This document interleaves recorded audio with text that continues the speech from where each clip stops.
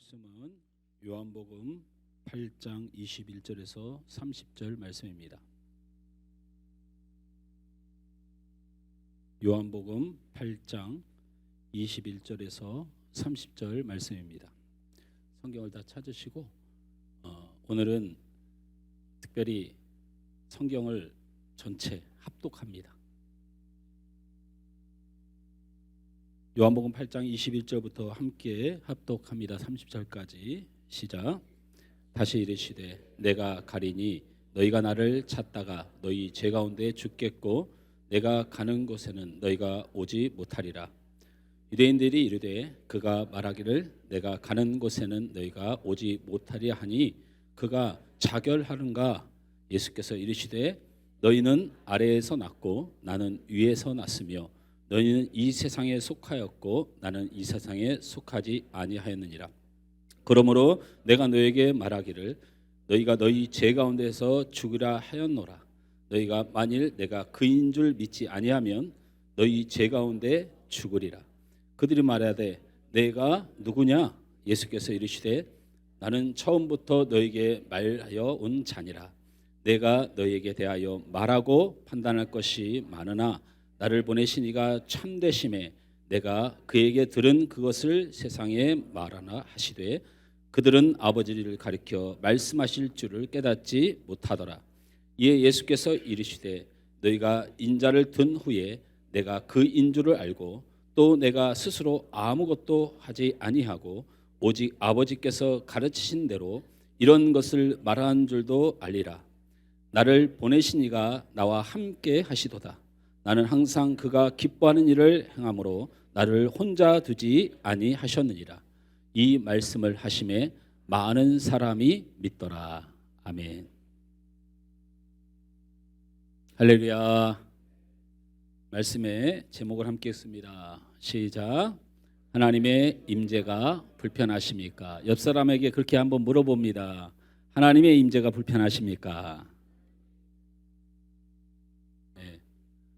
그런 표정으로는 감동을 누릴 수가 없습니다. 그런 표정으로는 안 됩니다. 지그시 바라보세요. 지그시. 3초간 물어봅니다. 시작. 하나님의 임재가 불편한. 그거 사이 좋은 사람 쳐다보지 말고 부부는 부부끼리 보기 싫은 사람 보기 싫은 사람을 향하여 지그시. 날 보지 말고 왜 다 날 봐? 내가 보기 싫어요? 날 보지 말고 지그시 바라봅니다. 묻습니다. 하나님의 임재가 불편하십니까?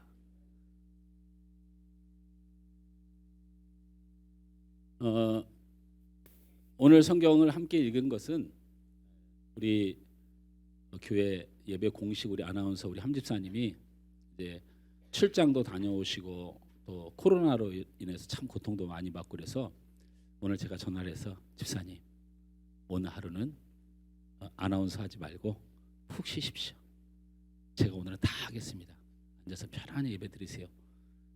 그렇게 했더니 쉬고 있는 게 아니고 오늘 점심 떡국을 또 열심히 끓이고 있더라고요. 하여튼 감사한 일이에요. 네. 어떤 사람 아파 죽어도 주의 일은 다 합니다. 근데 어떤 사람은 조금 아파도 주의 일을 안 하죠. 아픔과 안 아픔의 문제가 아니에요. 제가 왜 이런 말씀을 우리 목사님 또 조금 아프다고 내가 지난주 안 왔더니 또 금세 나한테 한마디 하나? 듣는 귀가 복이 되는 줄 믿습니다. 아멘까지는 할 필요는 없어요. 여러분 믿음이라고 하는 것은 변할 수 없는 것이라는 뜻을 가지고 있습니다. 내가 어떤 사람을 믿었는데 그게 변하면 그건 믿음이 아니에요. 그렇지 않습니까? 믿음의 전제가 변하지 않는 것입니다. 금이 변하지 않으니까 그 믿음이 있으니까 비싼 거예요. 다이아몬드가 변함 없이 빛나니까 그 믿음 때문에 비싼 거지 그 돌덩이가 뭐가 대단한 거라고 비쌉니까? 다른 건 다 변합니다. 다 변해요. 믿음이 그래서 금과 같은 것이다 이렇게 표현을 하잖아요. 믿음이 굉장히 중요한데 믿음의 핵심은 변하지 않는 것입니다. 예를 들면 이제부터 제가 그냥 어떤 뭐를 지적하거나 누구를 칭찬하고 싶어서 하는 게 아니고, 예를 들면 제가 우리 고등부 아이들이 대학을 갔을 때 대학을 좋은 데 간 친구도 있고 또 대학을 좀 그렇지 못한 데 간 친구들도 있고, 또 우리 성도들의 삶에서 건강하거나 부를 누리는 사람도 있고 가난하거나 아픈 사람도 있기 때문에 제가 어떤 사적인 감정을 가지고 말하는 게 아니고, 우리 수민이가 복을 받았죠.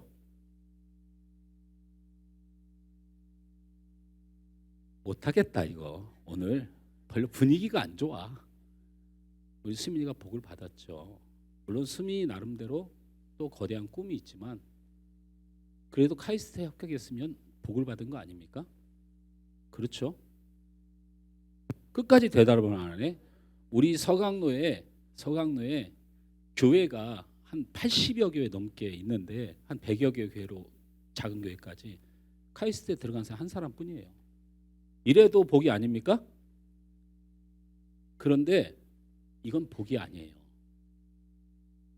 이건 복이 아니라고요. 왠 줄 아세요? 카이스트에 들어가고 서울대에 들어간 사람이 다 그럼 복을 하나님께 받았다는 겁니까? 무엇이 복이냐? 그렇게 좋은 대학을 들어가고도 그 대전에서 여기까지 하나님을 예배하러 왔다면 그게 복입니다. 그게 복이에요. 그걸 우리가 믿음이라고 부르는 겁니다. 변하지 않는 거죠. 내가 풍부하게 누려도 내가 다 가져도 하나님의 은혜인 줄 알고 예배하는 거기까지가 복이에요. 맞습니까? 좋은 대학을 가고 돈 좀 벌고 잘 되었더니 예배 안 드려요. 기도 생활 안 해요. 여러분 이게 복일까요? 그러면 세상 사람들이 예수를 믿겠습니까? 그러니까 그런 모습이 기독교인에게 없으니까 돈 벌면 끝인 거예요. 잘 되면 끝인 거예요. 그러니까 믿음이 없는 거예요. 이게 우리의 잘못이에요. 또 믿음은 무엇입니까? 그렇지 못한 학교를 들어가고 돈을 벌지 못하고 하는 일마다 망해가요. 잘 되는 사람보다 좋은 대학 들어가는 사람보다 더 하나님을 믿기가 어렵고 예배하기가 어렵습니다. 여러분 가난해 보세요. 몸 아파 보세요. 자기 뜻대로 안 돼 보세요. 자랑할 거 없어 보세요. 여러분 예배가 됩니까? 그럼에도 불구하고 예배하는 겁니다. 그럼에도 불구하고 감사하는 거예요. 그걸 우리는 믿음이라고 하는 겁니다. 할렐루야. 이런 하나님의 사상이, 기독교의 사상이, 본질의 사상이, 별세 신학이 바울의 고백처럼 내가 가말리아 문화생이고 내가 헬라인 중에 헬라인이고 유대인 중에 유대인의 대표 주자지만 나는 날마다 아무것도 아니요 나는 날마다 중노라고 하는 별세 신학, 나는 사망을 이겨낼 수 없는, 나는 죄를 이겨낼 수 없는 무익한 종이라는 이 본질의 신앙이 우리 안에 자리 잡아야 돼요. 그래서 바울은 다 가졌으나 교만하지 않고 아무것도 없으나 낙심하지 않는 거예요. 성경을 잘못 배우고 성경을 잘못 주입받아가지고 평생을 돈 잘 벌면 복이다, 건강하면 복이다, 좋은 대학 가면 복이다 이러니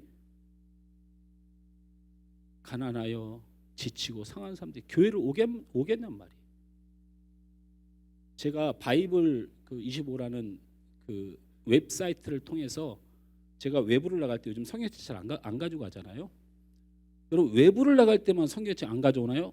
교회 올 때도 요즘 젊은 친구도 안 가지고 와요. 성경책 안 가져온 사람 손 들어보세요. 어이구 깜짝이야. 우리 그냥 중직자들이 안 가져오셨네. 우리 청년 학생들은 다 가져왔는데 나 오늘 진짜 여러 가지를 못하겠다. 뭔가 사인도 안 맞고 손발도 안 맞고.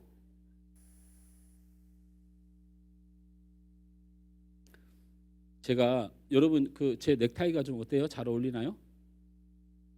솔직히 말해 주셔야 돼요.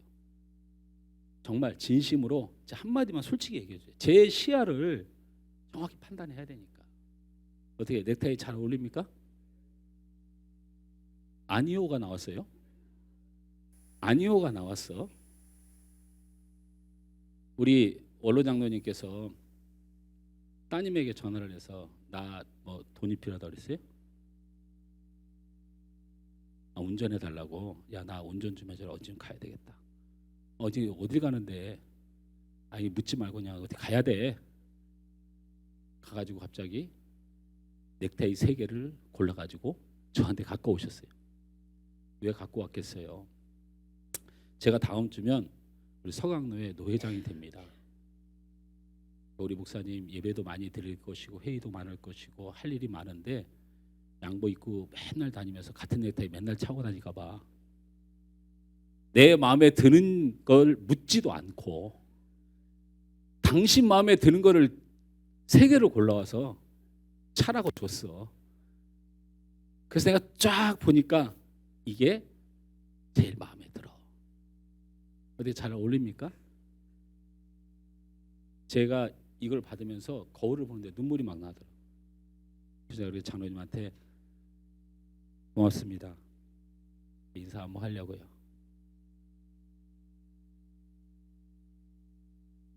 노회장이 되는데 교회가 너무 작아요. 가진 돈이 없어요. 노회장들이 밖에 선교를 나가거나 교회를 방문하거나 그러면 기본 헌금이 30만 원, 50만 원이에요. 어려운 교회, 어려운 선교사들 이제 제가 노회장 되면 막 날라와요. 그죠? 그러면 기본이 100만 원씩 나가요. 우리 교회 전세가 안 나서 힘드시겠지만 제 전세 좀 빼주세요. 네. 그래서 마음이 참 무거워요. 제가 말씀드린 이유가 있으니까 불편하지 않게 들으셨으면 좋겠어요. 제가 돈 얘기하는 그런 사람 아니잖아요. 선교사님들이 다 들어오셨어요. 선교사님들을 못 모셔요. 내 안에 뭐가 자꾸 있냐면 믿음으로 하나님의 일을 해야 되는데 우리가 지금 당면한 그 일이 있잖아요. 전세 문제가. 그러니까 내가 우리 당회나 성도들한테 미안해서 내가 노회장을 해도 필요하다는 말을 못 하겠고 선교사님 들어와도 부르질 못하겠는 거예요. 그래서 내가 마음이 너무너무 힘든데 우리 문장로님이 몸이 얼마나 불편해요. 근데 이 넥타이 하나로 믿음이 생겼어요. 믿음이. 아니 아멘 하랄 때는 안 하고 또 나 너무 감사한 마음이 드는데 그건 또 아멘을 안 해. 판사님 오늘 찬양은 너무 은혜스러웠는데 설교는 잘 안 돼. 지금 뭔가 잘 안 돼. 이게 무슨 믿음? 아무리 어려워도 아무리 고통당해도 내가 주님을 향한 신뢰를 잃어버리지 않는 것, 그게 믿음입니다. 그게 믿음이에요.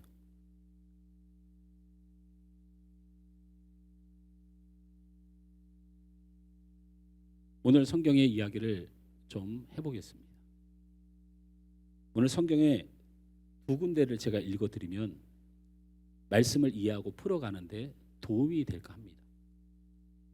요한복음 7장 25절 말씀을 제가 그냥 읽어드립니다. 예루살렘 사람 중에서 어떤 사람이 말하되 이는 그들이 죽이고자 하는 그 사람이 아니냐. 사람들의 분위기가 어떠냐면 예수님을 보고 저분 그들이 죽이려고 하는 그분인데 라는 반응이 있다는 거예요. 같은 요한복음 7장 45절 47절 말씀에 아랫사람들이 대제사장들과 바리새인들에게로 오니 그들이 묻되 어찌하여 잡아오지 아니하였느냐. 아랫사람들이 대답하되 그 사람이 말하는 것처럼 말한 사람은 이때까지 없나이다 하니 바리새인들이 대답하되 너희도 미혹되었느냐. 이게 무슨 대화냐면요, 대제사장과 바리새인들이 예수를 잡아오라고 밑에 부하들을 시켰어요. 근데 밑에 부하들이 갔다가 예수님을 안 잡아와요. 그러니까 이 바리새인들이 왜 안 잡아왔냐고 물어요. 그러니까 이 아래 이 부하들이 못 잡아오겠습니다. 내가 다른 건 다 하겠는데 그분은 못 잡아오겠습니다.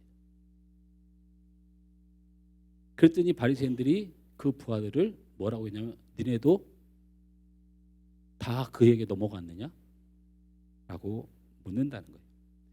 이 이야기는 오늘 8장을 설교하는 데 있어서 7장에서 나타났던 유대 종교 지도자들이 끊임없이 예수님을 죽이려 하는 공작을 보고 있는 거예요.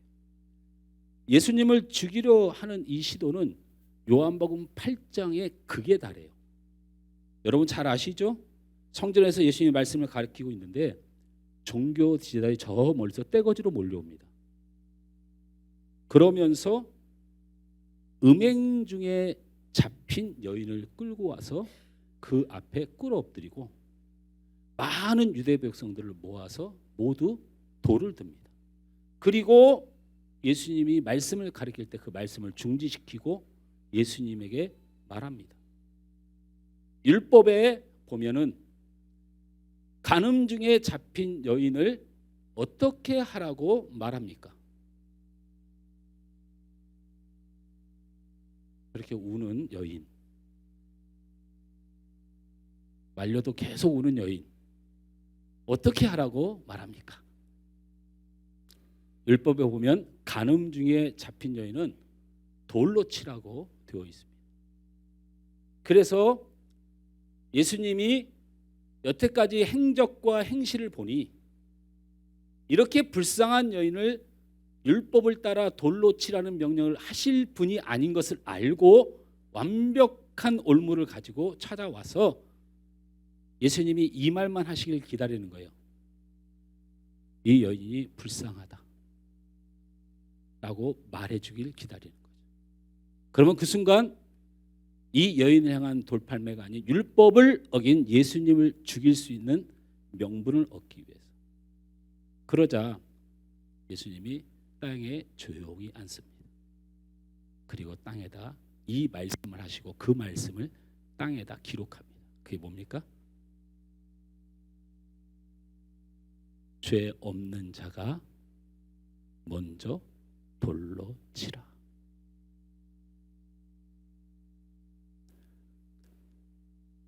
예수님을 어떻게든 죽이려고 혈안이 되어 있습니다.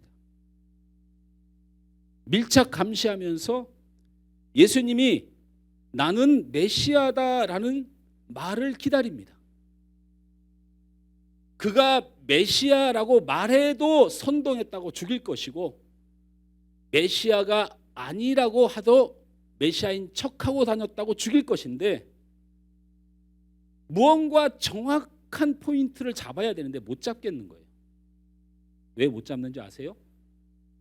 왜 못 잡냐면 이런 예수님은 요한복음에서만 자신을 이렇게 얘기합니다. 여러분 잘 알지만 예수님은 다른 데 가서 사마리아 지방이라든지 이방 땅에 가면 예수님은 내가 바로 메시아다라고 선언합니다. 그게 바로 사마리아 땅 수가성 여인을 만났을 때 예수님이 내가 예수니라고 말씀하셨어요. 메시아라고 말씀하셨어요. 그런데 유대 땅에서만큼은 그렇게 안 하세요. 그래서 이 나는 메시아다라는 말을 어떻게든지 끌어내야 되겠는데 끌어내지도 않고 율법으로도 안 넘어지고 미치고 환장하겠는 거야. 죽여야 되겠는데 예수를. 그러면 무슨 말 때문에 그렇게 되었느냐? 성경 보면 금방 졸리죠? 그래서 제가 그냥 읽어드릴게요. 요한복음 7장에 있는 말씀입니다. 여러분이 다 아는 말씀이에요. 누구든지 목마르거든 내게로 와서 마셔라. 나를 믿는 자는 성경의 이름과 같이 그 배에서 생수의 강이 흘러나오리라. 이렇게 말씀하시는 거예요. 나는 메시아다 안 하고 이 말씀을 듣고는 때려 죽이기가 어려워. 그래갖고 또 물어봐. 또 꼬투리를 잡으려고 그래. 몰려 들어왔어. 근데 전하는 복음이 8장에는 이렇게 말합니다. 나는 세상의 빛이니 나를 따르는 자는 어둠에 다니지 아니하고 생명의 빛을 얻으리라. 우리는 아멘이 되잖아요. 우리는 아멘이 되잖아요. 이 말이 뭔 말이에요? 내가 구주 예수니라. 내가 하나님이 보내신 메시아니라. 이 말로 들리시죠? 근데 이 유대 종교 지도자들에게는 그게 그 말로 안 들려요. 그 말로 안 들린다니까. 우리는 압니다. 근데 그들은 몰라요. 예수님이 계속 이렇게 애매모호한 말씀을 하는 거예요. 그게 오늘 본문에도 그렇게 비슷한 말씀을 하신 거예요. 무슨 얘기를 했어요? 너희는 너희 죄로 죽을 것이다. 그래서 내가 갈 그곳에 너희는 못 올 것이다. 이게 무슨 말이에요? 죄로 천국에 갈 수 없다. 이 얘기를 하신 거잖아요. 너희는 나를 알아보지 못함으로 너희는 죽을 것이다. 그러니 내가 죽어야 하는 이유 바로 너희를 위해서다. 이렇게 말했더니 뭐라고 고백을 하냐면 이 바보 멍청이들이 끝까지 예수님이 구주시고 그분이 우리의 죄를 위하여 십자가에 달려 죽으시고 그래서 죄 많은 너희를 천국에 이끌려고 하시는 예수님의 이 아름다운 메시지를 듣고 그분을 메시아라고 느끼는 게 아니고 뭐라고 해요? 그분이 뭐 하려나 보다? 자결하려나 보다 이러고 앉아 있어. 여러분 그러니까 여러분 우리 희망을 가져야 돼요. 왜? 우리는 똑똑해요. 얘네들은 멍청해요. 여러분 하나님 앞에 똑똑한 자는요 구주를 알아보는 자예요. 하나님 앞에 잘 사는 자는 예수 알아보는 자입니다. 돈 가지고 명예 가지고 예수 몰라보면요 그게 무슨 의미가 있습니까?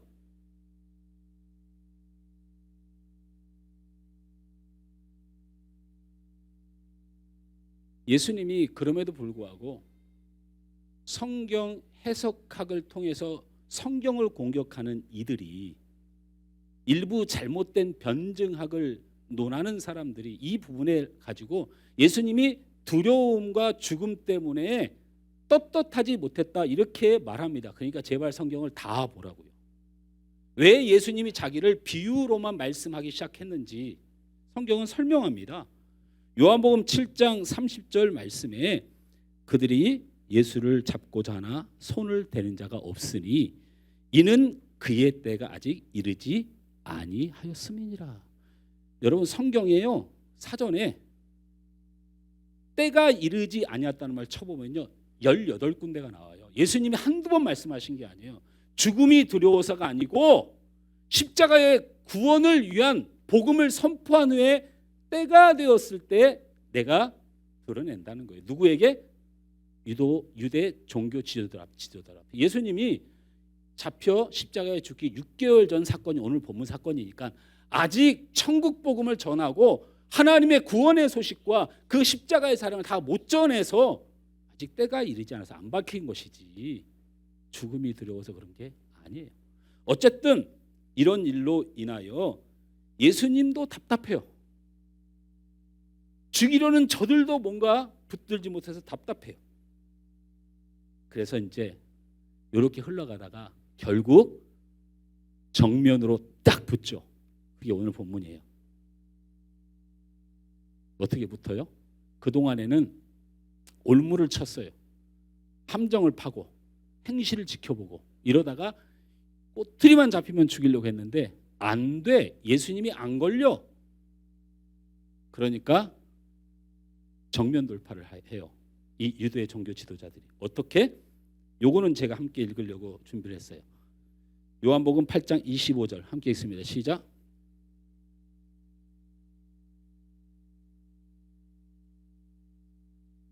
물어봅니다. 네가 누구냐? 대놓고 처음 물어봐요. 네가 누구냐? 말해라. 말 돌리지 말고 못 알아듣게 하지 말고 나는 너를 죽여야 되겠으니 네 신분을 밝혀라. 네가 누구냐? 라고 물어보는 거예요. 예수님이 다시 한번 말씀해요. 나는 처음부터 지금까지 변함없이 내가 누군지를 말하였다. 예수님도 안 피하고 정면 돌파예요.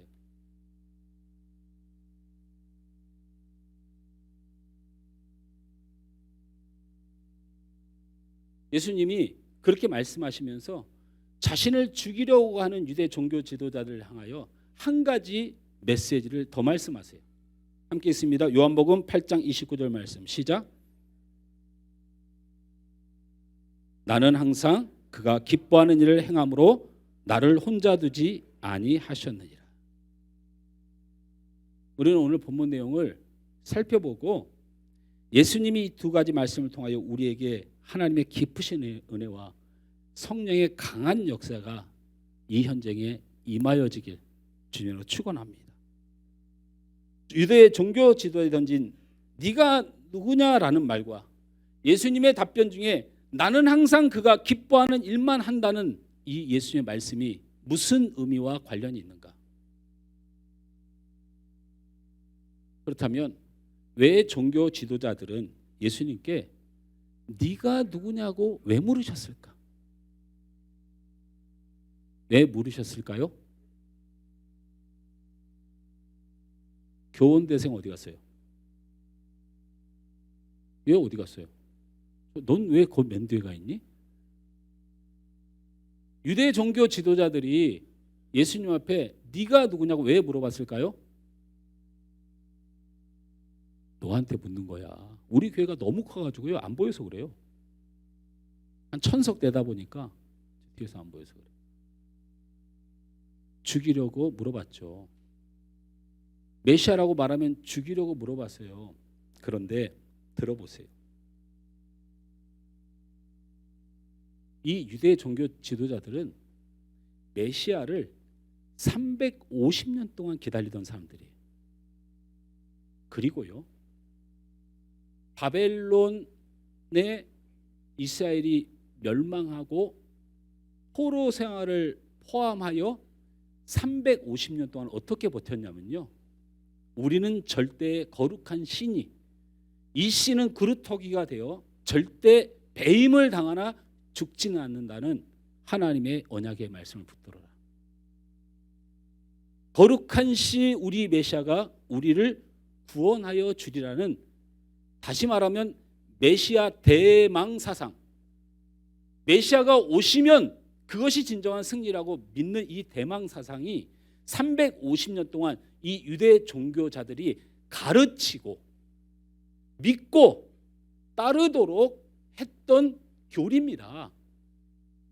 메시아가 오시는 것이, 예수님이 오시는 것이 이들의 간절한 소망이었고 가르침이었고, 그 예수님이 오시기 전까지 너희들은 이 하나님의 율법을 지키며 살아야 된다고 그들을 인도하던 사람들이었습니다.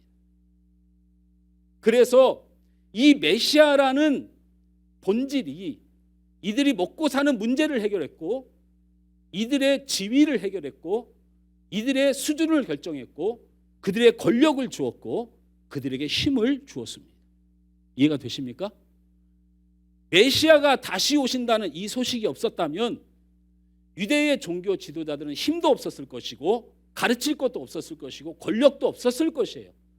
그러나 이들이 유일하게 로마의 압제 가운데 무너져버린 자기 백성 앞에서도 끝까지 잘 사는 사람으로, 부자로 사는 이유도, 그들이 권력을 가진 이유도, 힘을 가진 이유도 바로 메시아가 오실 거라는 이 사실 때문에 그들은 그것을 누리고 살았어요. 그런데 진짜 메시아가 온 거예요. 진짜 예수님이 성경대로 온 거예요. 베들레헴의 탄생에 온 거예요. 가난한 자가 죽게로 돌아오는 구약의 예언이 성취되는 거예요. 그가 오시어. 그러면 기뻐, 찬양, 할렐루야 해야 될 거 아닙니까? 그들이 가르치고 그들이 믿고 그 메시아로 인도하기 위하여 그들을 통치했으니까 그 메시아가 왔으면 당연히 기뻐해야 되는데 아니었다는 겁니다. 아니었다는 거예요.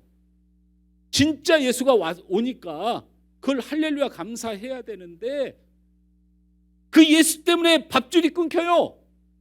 그 예수 때문에 자기들이 이제는 누렸던 권력이 사라져요. 그 예수 때문에 자기의 통치가 사라져요. 여러분, 우리를 보세요. 우리를 보시라고요. 예수가 불편하십니까?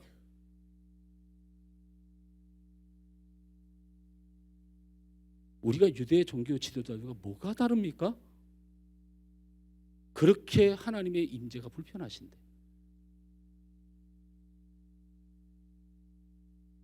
주일 예배 하나 드리는 게 그렇게 불편해요. 이 주일 예배 때 무슨 대수술이 있는 게 아니야. 놀러 가. 그렇게 살아봐. 내가 우리 교회가 아무리 쪼그라들어도 안 되는 건 안 돼요. 타협할 수 있는 게 있고 타협을 못하는 게 있어요. 우리가 유대 종교자들과 뭐가 다르냐고요. 예수님을 갈망하고 하나님의 임재를 간절히 원하고 마음이 괴롭다는 거야. 그래 주님이 임재해 주길 바란다는 거야. 나 저 사람이 너무 싫다는 거야. 주님이 임재해 주길 바란다는 거야. 유대 종교 지도자들처럼 다 주님이 임재해 주길 바래. 병들었다는 거야. 주님이 임재해 주길 바란다는 거야. 가난하다는 거야. 주님이 임재해 주길 바란다는 거야. 그런데 내 뜻을 하나도 버릴 마음이 없어. 그래서 불편해. 하나님의 임재가. 아니 그분 생각하면 주일날 장사 못하고, 그분 생각하면 내 저 꼴보기 싫은 사람 내가 저걸, 그분만 없으면 내 마음대로 꼴보기 싫어도 되는데 그분 때문에 힘들어. 그래서 하나님이 불편해. 유대 종교 지도자들이 그렇게 하나님을 불편해하고,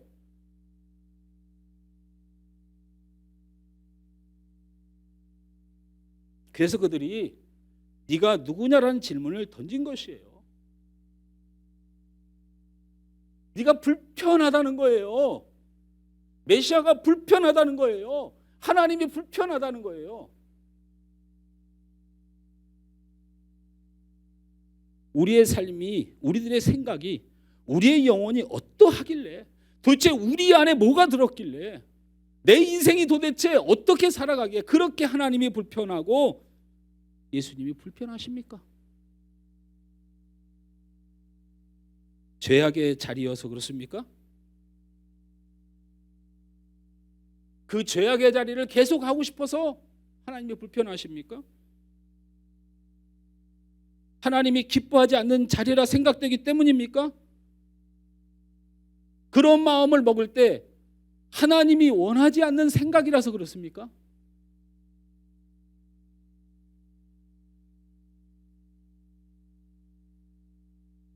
우리 하나님의 임재는 세상 시작부터 세상 끝까지 계십니다.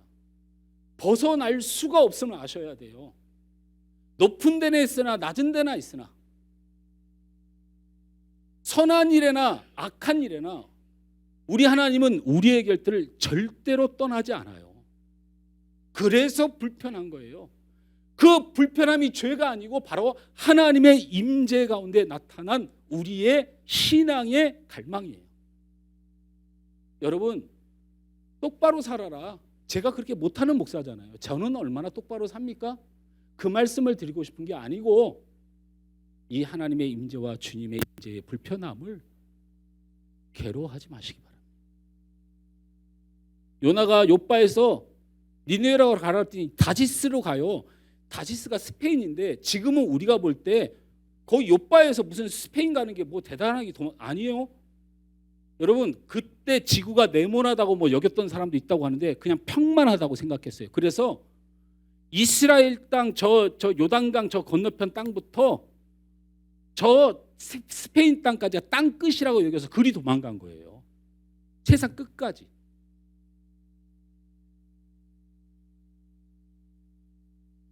요나가 뭐라고 고백해요?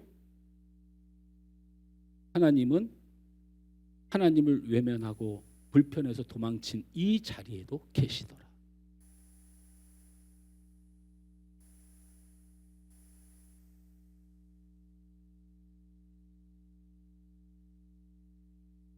그러면 그 하나님 앞에 불편하지 않으려면 어떻게 해야 될까? 어려운 얘기 절대 아닙니다. 예수님이 직접 가르쳐 주신 말씀, 바로 두 번째 메시지입니다.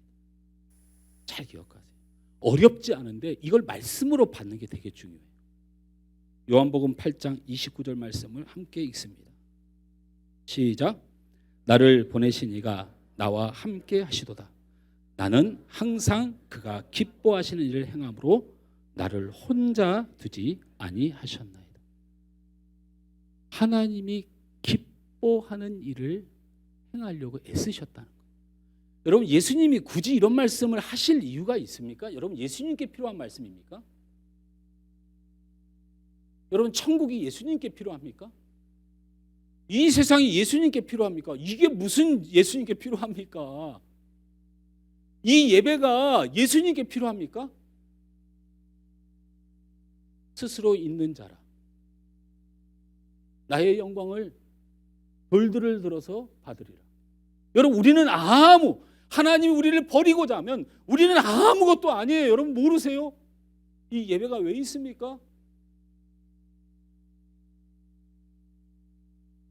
이 땅은 영원합니다.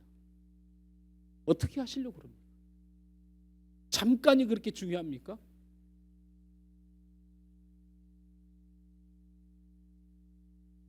예수님이 무슨 필요가 있어서 이런 말씀을 주셨겠어요? 하나님이 불편하지 않으려면 예수님이 말씀하셨습니다.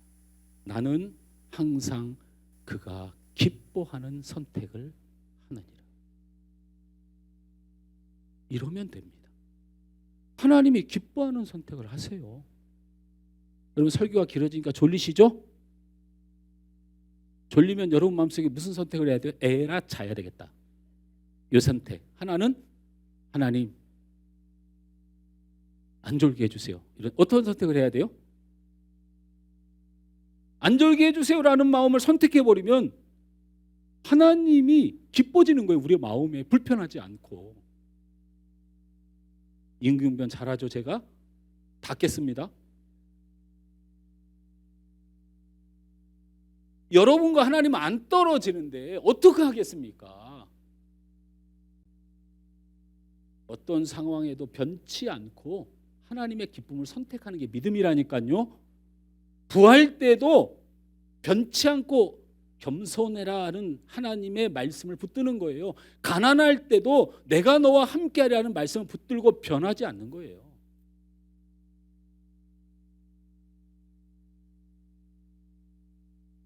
우리가 하나님의 임재가 불편했던 이유는 하나님이 기뻐하지 않는 자리, 하나님이 기뻐하지 않는 생각, 하나님이 기뻐하지 않는 행동들 때문 아닙니까? 상황과 논리, 억울함 다 알아요. 몰라서 하는 말이 아니잖아. 우리 하나님은 모르시겠습니까?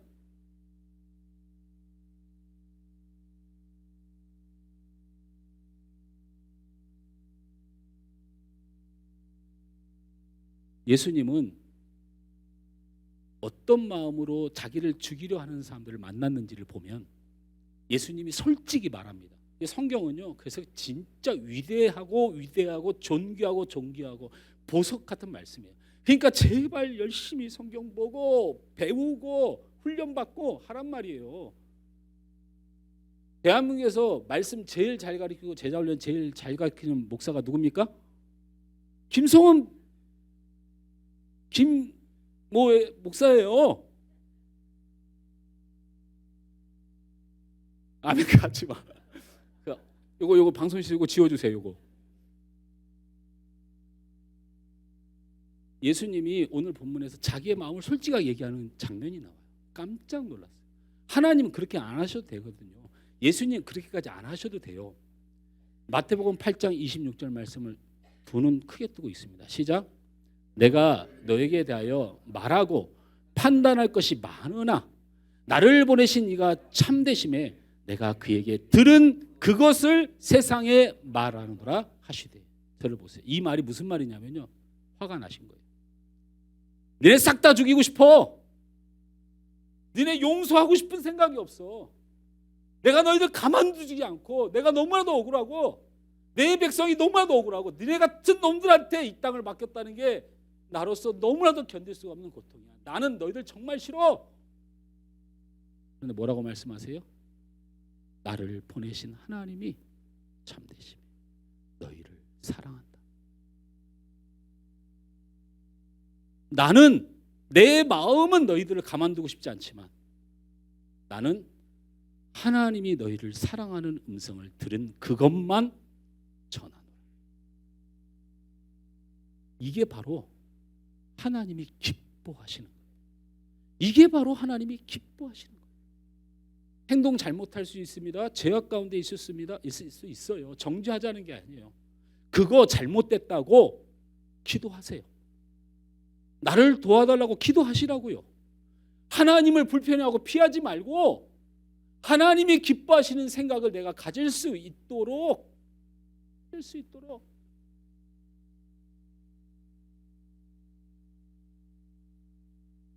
제가 노회장이 되면서 사실은 지지난주에는 우리 장로님도 알지만 노회장을 안 하겠다고 사표를 썼어요. 지금 제가 노회장이 문제입니까? 교회가 문제지. 우리 장로님 피가 말라가요. 전 진짜 우리 최장로 저러다가 몸무게가 50kg 되게 생겼어요. 강제 뭐 시키는 강제 다이어트를 시키는 중이에요. 밤잠을 못 자요. 장로님, 하나님이 기뻐하시는 마음 먹으세요. 괜찮습니다. 괜찮아 진짜. 우리 양자님 괜찮습니다. 뭐 제가 혹시 이거 팔아버리고 어디 조그만 상가 가서 교회하면 장로님도 안 오실 거예요? 안 오실 거면 어떻게 말씀을 빨리 하세요. 제가 사기라도 쳐가지고 어떻게든 말해 볼 테니까. 이런 마음이 들었어요. 하나님, 세례 요한은 하나님의 뜻에 아무도 동조해 주지 않을 때 사막 한가운데 돌에서 나는 석청을 혀로 핥아먹으면서 목회했어요. 존귀하신 예수님이 그 세례 요한 찾아가서 세례 받으셨어요.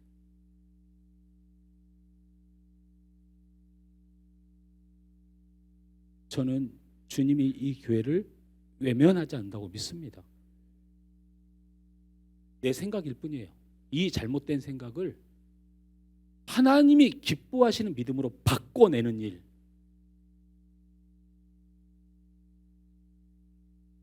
예수님 직접 말씀하셨어요.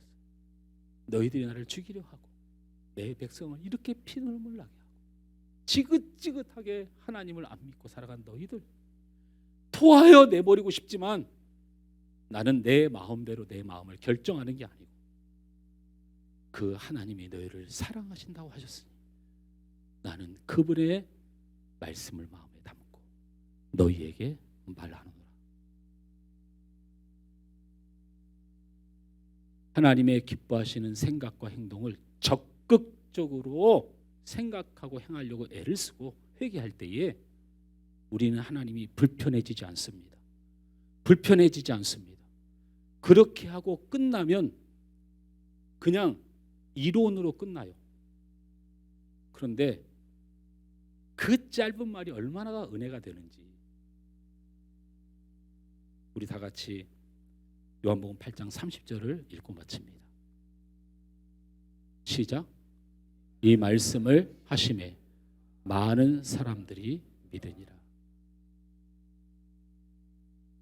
예수님이 뭐라고 말씀하셨냐면요,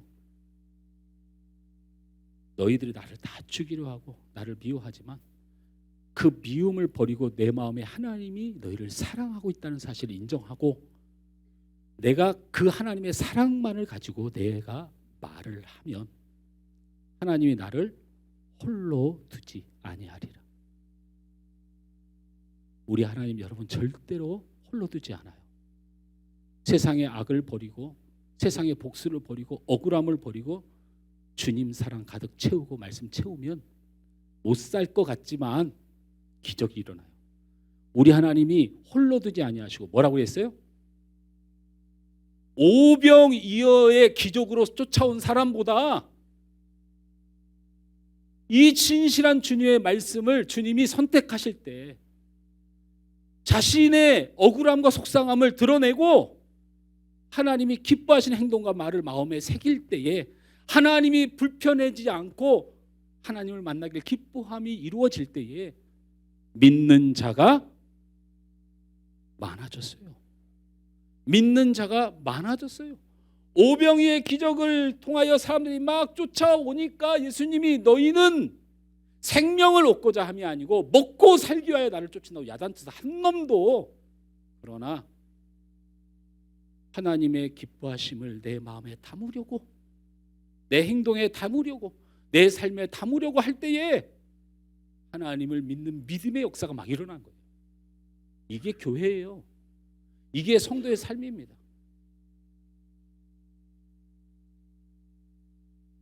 주님 앞에 선 사실이 불편하고 외면하며 왜 이렇게 애쓰세요? 왜 이렇게 주님을 외면하려고 애쓰냐고요? 왜 자꾸 모른 척 하려고 하세요?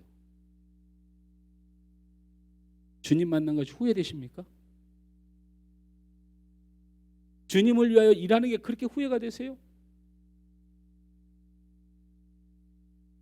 주님의 마음, 하나님 말씀 마음에 담아서 살아가고자 하는 것이 그렇게 후회가 됩니까? 왜 안 되시죠? 왜 안 되시죠? 하나님이 불편한 우리, 주님이 원하시고 기뻐하는 마음 먹고 행동해서 이제 하나님 불편함 떨쳐버리고 그분이 기쁨이 돼야 됩니다. 그래야 예배가 되고, 그래야 기도가 되고, 그래야 봉사가 돼요. 내 마음에 내가 판단하는 그 기준들이 가득 차 있으면 예배 안 됩니다. 기도 안 됩니다. 봉사 안 됩니다. 쓰러집니다.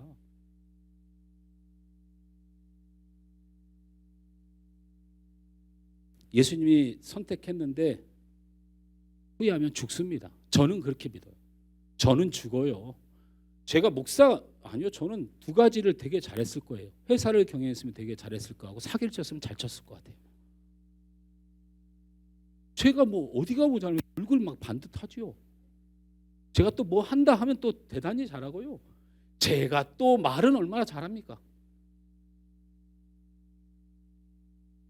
근데 제가 왜 목사가 됐냐면 하나님의 뜻을 안 따르면 죽을 것 같은 일이 제게 일어났어요. 근데 여러분은 예외라고 생각하세요? 어허이.